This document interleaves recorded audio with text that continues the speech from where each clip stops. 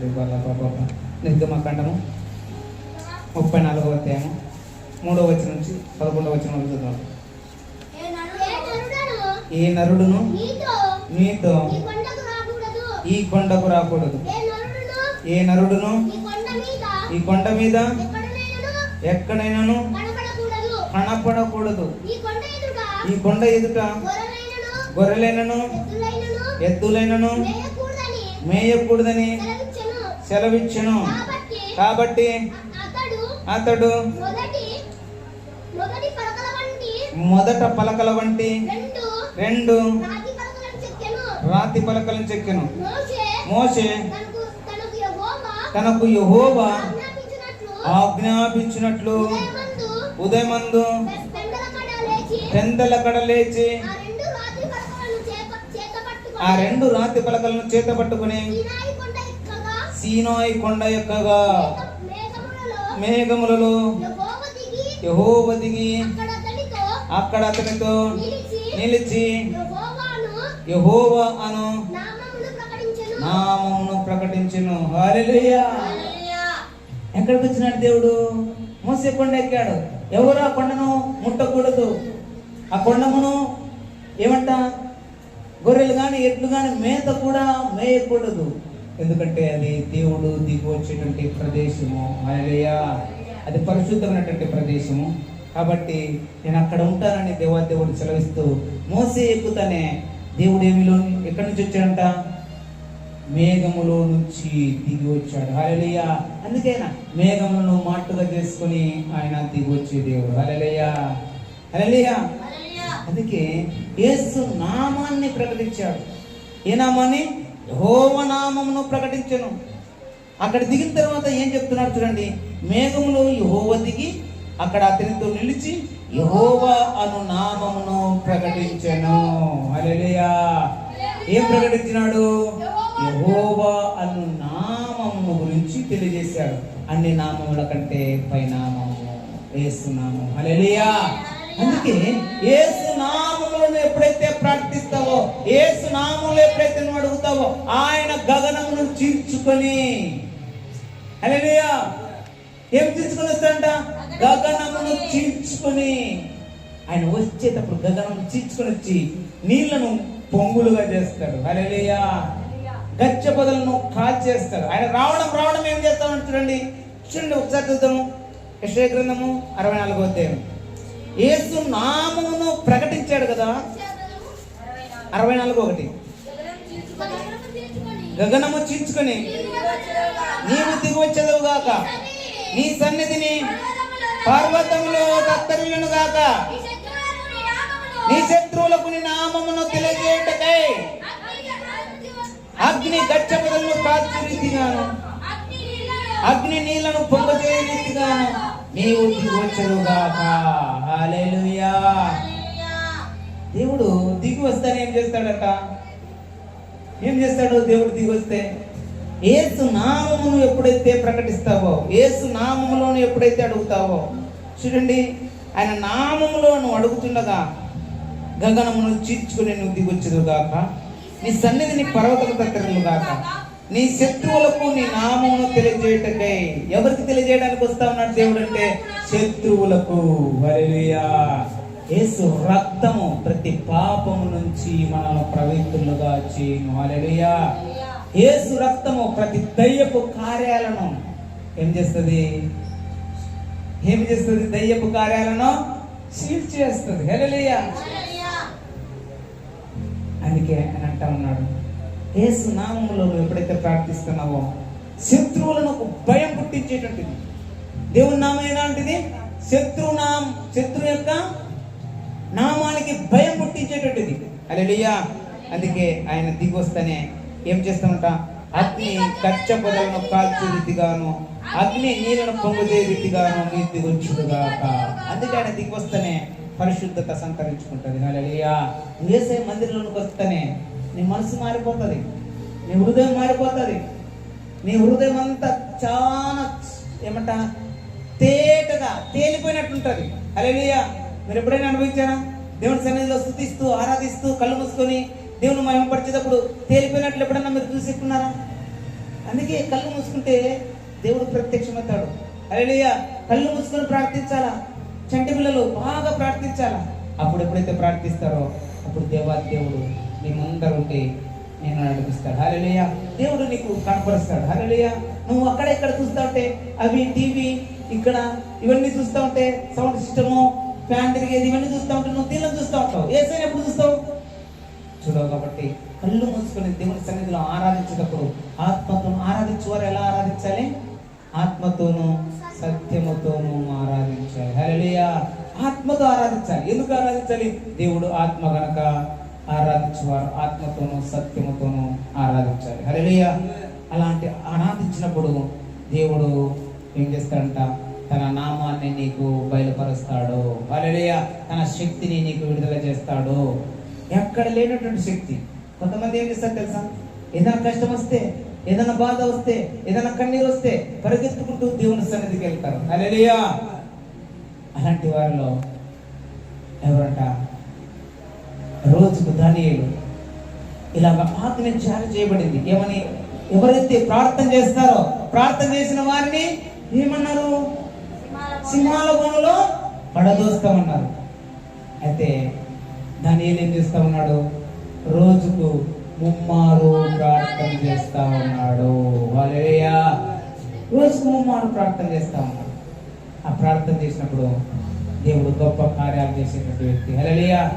అయితే శత్రువు ఎక్కడ తీసుకుపోయేసాడు? సింహాలకు బోన్లు వేశాడు. యేసయ్య ఏం చేశాడు? సింహాల నోళ్ళు మోయించాడు. హల్లెలూయా. హల్లెలూయా. నీ మధ్య ఏ శత్రువు కూడా హెచ్చుకోబడడు. శత్రువు తలను యేసయ్య ఎప్పుడూ చితుక దొక్కించేశాడు. హల్లెలూయా. ఏం చేశాడు యేసయ్య?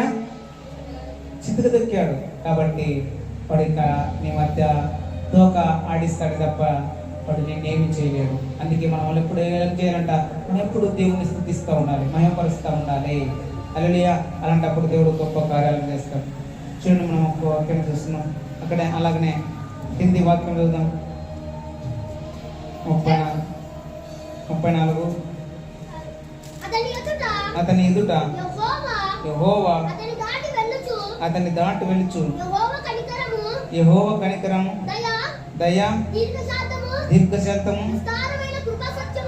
విస్తారమైన కృపా సత్యము గల దేవుడైన యెహోవా. హల్లెలూయా. ఆ దేవుడు ఎలాంటి దేవుడు అంట? చూడండి, విస్తారమైన కృపా సత్యములను కలిగిన దేవుడు. హల్లెలూయా. ఏం కలిగి ఉన్నాడంట? ఆయన కనికరాన్ని కలిగి ఉన్నాడంట, దయను కలిగి ఉన్నాడంట, దీర్ఘశాంతమును కలిగి ఉన్నాడంట, విస్తారమైన కృపా సత్యము గల దేవుడైన యెహోవా. హల్లెలూయా. ఆయన మంచి దేవుడు. అయితే యేసయ్యకు ఒకసారి కోపం వచ్చింది.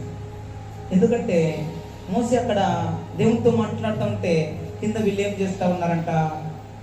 మోసే రాలేదని విగ్రహాలు చేస్తున్నారు. వారికి ఉన్నటువంటి బంగారం అంతా పోగు చేస్తున్నారు. కవల్లో, చెవులో, కమ్మలో. వారు ఐగుప్తులో నుంచి వచ్చేటప్పుడు ఐగుప్తు ప్రజలు వారికి ఏమి ఇచ్చారు తెలుసా? విస్తారమైనటువంటి బంగారాన్ని ఇచ్చారు. హల్లెలూయా. వారు ధనముతోనూ సంపదతోనూ ఐగుప్తులో నుంచి బయటకు వచ్చారు. వచ్చినటువంటి ఆ బంగారుతో వారు ఏం చేసుకున్నారంట? విగ్రహాన్ని తయారు చేస్తున్నారు. అయితే చూడండి, దేవుడు ఎందుకని కోపపడుతున్నాడు చూడండి. ఆయన చదువు, ఆయన 1000 మందికి కృపను చూపుచు దోషమును అపరాధమును పాపమును క్షమించును. కానీ ఆయన ఏమాత్రమును దోషులను నిర్దోషులుగా ఎంచక 3-4 తరముల వరకు తండ్రుల దోషమును కుమారుల మీదికి కుమారుల మీదికి రప్పించునని ప్రకటించింది. హల్లెలూయా. ఆయన కనికరం కలిగిన దేవుడు. ఎంతో కనికరం ఉంది. పాపం చేసి క్షమించాడు. అయితే దోషము, అపరాధము ఎప్పుడైతే చేశాడో అపరాధాన్ని క్షమించలేకపోయాడు. ఆ దోషమును క్షమించలేక దేవుడు అంటున్నాడు, దోషులను నేను నిర్దోషులుగా ఎంచను అని ఒక నిర్ణయం తీసుకున్నాడంట. నేను నిర్దోషిగా ఎంచను. వీరి మీదకి ఏమి ఇస్తానంట? కృపాసత్య గలం దేవుడు, కృపాసత్య సంపూర్ణుడు యేసయ్య ఉంటున్నాడంటే వీరికి తరతరములు వీరి మీదికి నేను శాపాన్ని విడుదల చేస్తానన్నాడు. 3 తరముల వరకు శాపాన్ని విడుదల చేస్తా అంటున్నాడు. అయితే ఆ సమయంలో మోసే ఏం మాట్లాడుతున్నాడు చూద్దాము. అందుకు మోసే త్వరపడి నేల మట్టుకు తల వంచుకుని నమస్కారం చేసి, ప్రభువా నా మీద నీకు కటాక్షం కలిగినేలా నా మనవి ఆలకించును. హల్లెలూయా. చాలు, హల్లెలూయా. మోసే మనవి చేస్తా ఉన్నాడు. సాగిలపడ్డాడు. వెంటనే దేవుడు ఎప్పుడైతే ఆ మాట అన్నాడో మోసే వెంటనే సాగిలపడ్డాడు. హల్లెలూయా. నువ్వు దేవుని ఎదుట నీకేదైనా కష్టం వస్తే, ఎప్పుడైతే దేవుని ఎదుటకి వచ్చి నువ్వు సాగిలపడి, దేవా నువ్వు తప్ప నాకెవరున్నారయ్యా, నువ్వు గొప్ప దేవుడు అయ్యా, నువ్వు మహా కనికరం గల దేవుడు అయ్యా, నీ కనికరం నా మీద ఉందా, నువ్వే కదా నన్ను పిలిచినది, నువ్వే కదా నన్ను ఏర్పరచుకున్నది, నువ్వే కదా నన్ను పుట్టించినది. ఎప్పుడో నేను నీటి పాలైపోయేవాడిని, ఎప్పుడో నదిలో నేను వెళ్ళిపోయేవాడిని, అయితే నీవే కదా అయ్యా నన్ను బ్రతికించినది.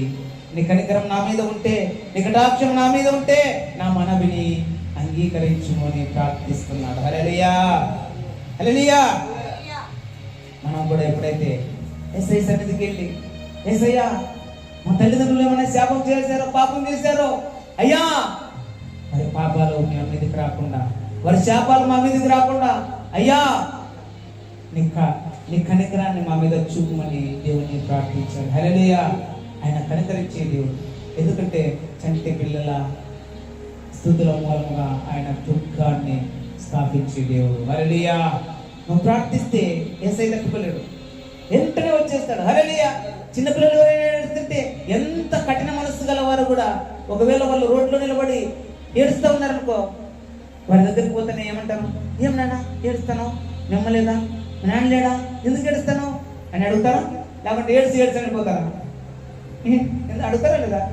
అడుగుతా. ఎందుకంటే మనుషులకి నీకే ఎంత కనికరం ఉంటే నా యేసయ్యకి ఎంత కనికరం ఉంటుంది. హల్లెలూయా. ఆయన కనికర పూర్ణుడు. హల్లెలూయా. ఆయన కనికర పూర్ణుడు అండి. ఆయన గొప్ప దేవుడు. అందుకే ఆయన ఎదుట మోసే సాగిలపడి అడుగుతున్నాడు, నీ కటాక్షము నా ఎడల కలిగి ఉంటే నా మనవి ఆలకించమంటున్నాడు. దయచేసి నా ప్రభు మా మధ్య నుండి మాతో కూడా రావాలని. హల్లెలూయా. నువ్వెక్కడ పోతావయ్యా? నీ ప్రజలందరినీ దోషులుగా చేసి, దోషం చేసినారని వీరి మీదకి శిక్ష రప్పించి వెళ్ళిపోతావా? అయ్యా అది కాదయ్యా. నా మీద నీకు కటాక్షం ఉంటే, నా మీద నీకు దయ ఉంటే ఒక్కడిని బట్టి సమస్త ప్రజలకు కనికరం కలిగిందట. హల్లెలూయా. ఒకే ఒక వ్యక్తి దేవుని ఎవరితో నడిపించాడంట? వారితో నడిపించాడు. హల్లెలూయా. ఇజ్రాయేల్ ప్రజలతో ఉండాలా అని అడుగుతా ఉన్నాడు. నువ్వు మాతో రాయ్యా, నువ్వు మాతో ఉండాలయ్యా అని దేవుణ్ణి అడుగుతా ఉన్నాడు. చూడండి, దయచేసి నా ప్రభువా మా మధ్య నుండి మాతో కూడా రావలను. మీరు లోబడని ప్రజలు మా దోషములను మా పాపములను క్షమించి మమ్మను నీ స్వాస్థ్యముగా చేసుకున్నామని. హల్లెలూయా. అయ్యా నీ స్వాస్థ్యంగా చేసుకో తండ్రి, నీ సొత్తుగా మమ్మల్ని మార్చుకో అంటనే అప్పుడు దేవుడు అన్నాడు, ఇదిగో నా కుమారుడిని మీ యొద్దకు పంపిస్తా ఉన్నాను. హల్లెలూయా. ఆయన స్వాస్థ్యంగా మార్చుకుంటున్నాడు. తన రక్తాన్ని పెట్టాడు. అందుకే యేసుక్రీస్తు ప్రభువారు ఈ లోకానికి వచ్చి రక్తము కాచి, రక్తము చేత సమస్త ప్రజలను, పాపంతో నిండినటువంటి ప్రజలందరినీ ఆయన కడిగి పరిశుద్ధులుగా, నీతిమంతులుగా చేసి తనకు స్వాస్థ్యముగా చేసుకుని, హల్లెలూయా, తన సొత్తుగా చేసుకున్నాడు. హల్లెలూయా. మీ శరీరములు మీవి కాదు, నేను విలువ పెట్టి కొన్నా. హల్లెలూయా. నేను రక్తం పెట్టి కొన్నానని దేవాది దేవుడు మాట్లాడుతూ ఉన్నాడు. హల్లెలూయా. చూడండి, రోమీయులకు రాసినట్టు 6వ అధ్యాయము 8వ వచనం ఒకసారి చూద్దాం. రోమీయులకు రాసినట్టు 6వ అధ్యాయం 8వ వచనం, మనము క్రీస్తుతో కూడా చనిపోయిన యెడల మృతులలో నుండి లేచిన క్రీస్తు ఇకను చనిపోడనియు, మరణమునకు ఇకను ఆయన మీద ప్రభుత్వము లేదనియు ఎరిగి ఆయనతో కూడా జీవించుదుమని నమ్ముచున్నాము. హల్లెలూయా. యేసు ప్రభువు వారు ఆయన మరణించాడు. మరణించింటే ఎవరు లేపారు? తండ్రి లేపాడు. కాబట్టి మీరు కూడా క్రీస్తుతో ఎప్పుడైతే బాప్తిజం తీసుకుని బాప్తిజం చేత ముంచబడి ఎప్పుడైతే లేస్తారో క్రీస్తును లేపినటువంటి దేవుడు మిమ్మల్ని లేపడానికి శక్తిమంతుడని నమ్ముచున్నాము. హల్లెలూయా. మీరు జీవం కలిగినటువంటి వారు. హల్లెలూయా. ఎప్పుడు మృదుతుల్యమైనది మీలో నుంచి తీసివేసి ఉన్నాడు దేవుడు. హల్లెలూయా. పాపం చేయవాడు పాపం బానిస్తాడు. అయితే చూడండి, భక్తిహీనులు అనేక పనులు అర్పిస్తూ ఉంటారు. అవి దేవునికి యెహోవాకు ఏమైనటువంటివి. హల్లెలూయా. చిన్న ఒకసారి సామెతల గ్రంథం 15:8 చూద్దాం. 15:8 వచ్చిన భక్తిహీనులు అర్పించు బలులు యెహోవాకు హేయములు, యథార్థవంతుల ప్రార్థన ఆయనకు ఆనందకరము. హల్లెలూయా. భక్తిహీనులు అనేకమైనటువంటి ప్రార్థనలు, వ్రతాలు అనేకమైనటువంటి చేస్తూ ఉన్నారా? అవన్నీ వ్యర్థమైనటువంటివి, అవన్నీ దేవునికి ఇష్టం లేనివి. వారు ఎన్ని చేసుకున్నా కానీ దాని వలన వారికి ప్రయోజనం అనేటువంటిది లేదు. యెహోవాను ఎప్పుడైతే ఆశ్రయించి దేవుని యందైతే ఎప్పుడైతే నమ్మిక ఉంచి నీవు ప్రార్థన చేస్తావో యథార్థంగా, అది దేవునికి ఆనందము. హల్లెలూయా. యథార్థవంతుల ప్రార్థన. అందుకే యథార్థంగా బ్రతకాలని దేవుడు చెప్తా ఉన్నాడు. వారి ప్రార్థన నేను అంగీకరిస్తాను. హల్లెలూయా అని దేవాతి దేవుడు మనతో మాట్లాడుతూ ఉన్నాడు. అందుకే యథార్థంగా లేరు. మీరు కపటమైనటువంటి మాటలతో దేవుని మీద విశ్వాసం లేకోకుండా యథార్థత మీద తొలగిపోయి ఇజ్రాయెల్ ప్రజలు దేవునికి దూరం అయితే ఉన్నారని దేవుడు వారిని నిర్దోషులుగా ఎంచాడు. హల్లెలూయా. అయితే చూడండి, దేవుడు ఏమంటున్నాడో నిర్గమకాండం 34:10. అందుకు ఆయన ఇదిగో నేను ఒక నిబంధన చేయుచున్నాను, భూమి మీద ఎక్కడైనాను ఏ జనములోనైనాను చేయబడని అద్భుతములు నీ ప్రజలందరి ఎదుట చేసేదను. హల్లెలూయా. దేవుడు ఎంత ప్రేమమయుడండి. హల్లెలూయా. ఒక్కసారి కోపం వచ్చింది, వెంటనే కోపం వచ్చింది. నేను అందరినీ ఏం చేస్తాను? శాపానికి అప్పగిస్తాను అన్నాడు. తర్వాత 3 తరాల వరకు శాపాన్ని ఇస్తాడు. మోసే ఎప్పుడైతే ప్రార్థించాడో దేవుని మనస్సు మారింది. హల్లెలూయా. ఎప్పుడైతే ప్రార్థిస్తారో, ప్రార్థిస్తే ఏమి కదులుతుంది? ఏమి కదులుతుంది తెలుసా? సింహాసనం కదులుతుంది. హల్లెలూయా. దేవుని సింహాసనాన్ని కదిలించాడు, దేవుని మనసును కదిలించాడు ఒక వ్యక్తి. హల్లెలూయా. ప్రార్థిస్తే ఏమంట? పర్వతంలో సైతము తొలగిపోతాయి. హల్లెలూయా. అందుకే మోసే ప్రార్థించాడు. దేవుడు వెంటనే చెప్తా ఉన్నాడు. ఏం చెప్తున్నాడు చూడండి, ఏ జనములోనైనా ఇదిగో మీకు ఒక స్వాస్థ్యంగా నేను చేస్తున్నా, మీ మధ్య నేను అద్భుతాలు చేస్తా ఉన్నానని దేవదేవుడు మాట్లాడతాడు. అందుకు ఆయన ఇదిగో నేను ఒక నిబంధన చేయించున్నాను, భూమి మీద ఎక్కడైనా ఏ జనములోనైనా చేయబడిన అద్భుతమును నీ ప్రజలందరి ఎదుట చేసేదను. నీవు ఏ ప్రజల నడమనున్నావో ఆ ప్రజలందరూ యెహోవా కార్యములు చూసేదరు. నేను నీడేలా చేయబోనది భయంకరమైనది. హల్లెలూయా. కొట్టండి చెప్పాలి గట్టిగా. హల్లెలూయా. భయంకరమైన గొప్ప కార్యాలను దేవుడు మనలో చేస్తా ఉన్నాడు. హల్లెలూయా. మోకరించుకున్నాం, ప్రార్థించుకున్నాం. ఇదిగో మీ మధ్య నేను భయంకరమైన కార్యాలు చేస్తా, గొప్ప కార్యాలు చేస్తా. ఏ జనములో కూడా ఏ ప్రజల్లో కూడా చేయనటువంటి గొప్ప కార్యములు మీ ఎంతమంది అయితే ఇప్పుడు ఈ సన్నిధిలో నిలబడి ఉన్నారో వారి ఎడల నేను గొప్ప కార్యాలు చేస్తాను. హల్లెలూయా. హల్లెలూయా అని దేవుడు మాట్లాడుతున్నారు. మోకరించుకున్నాం, ప్రార్థించుకున్నాం. యేసయ్యా, యేసయ్యా మాతో మాట్లాడయ్యా.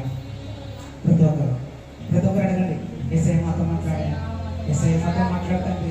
మోసేతో మాట్లాడినట్ల ప్రభువా, మోసేను ప్రత్యేకించుకున్నట్ల అయ్యా మాతో కూడా ప్రత్యేకపరచుకున్న తండ్రి మాతో మాట్లాడయ్యా. మోతో సెలవు చేయండి. ఒక నిబంధన చేసావయ్యా, అయ్యా మాతో నిబంధన తండ్రి. నీ మందిరాన్ని విడిచిపెట్టకుండా ప్రభువా తండ్రి ఎల్లప్పుడు నీతో ఉండేటువంటి కృపను దయచేయండి తండ్రి. నీతో సహవాసం చేసేటువంటి కృపను దయచేయండి అయ్యా. మా మధ్య అద్భుతాలు చేస్తున్నావు తండ్రి, భయంకరమైనటువంటి అద్భుతాలు తండ్రి. మరణించిన వాడిని సైతం లేపడానికి శక్తి అయ్యా నీవు దయచేస్తున్నావయ్యా. మేఘం నుంచి వర్షము తండ్రి చీల్చబడి తండ్రి, వర్షము వచ్చిన వెంటనే మేఘం నుంచి వర్షము చీల్చుకుని వచ్చినట్లు తండ్రి అద్భుతాలు కార్యాలు చేస్తున్నావు తండ్రి. ప్రపంచాలను మార్చడానికి శక్తిని దయచేస్తున్నావు తండ్రి. అంటే హృదయం అయ్యా అది మాంసం ముద్దగా మారి తండ్రి నీకు శ్రేష్టమైనటువంటి అంగీకారమైనటువంటి హృదయముగా మార్చడానికి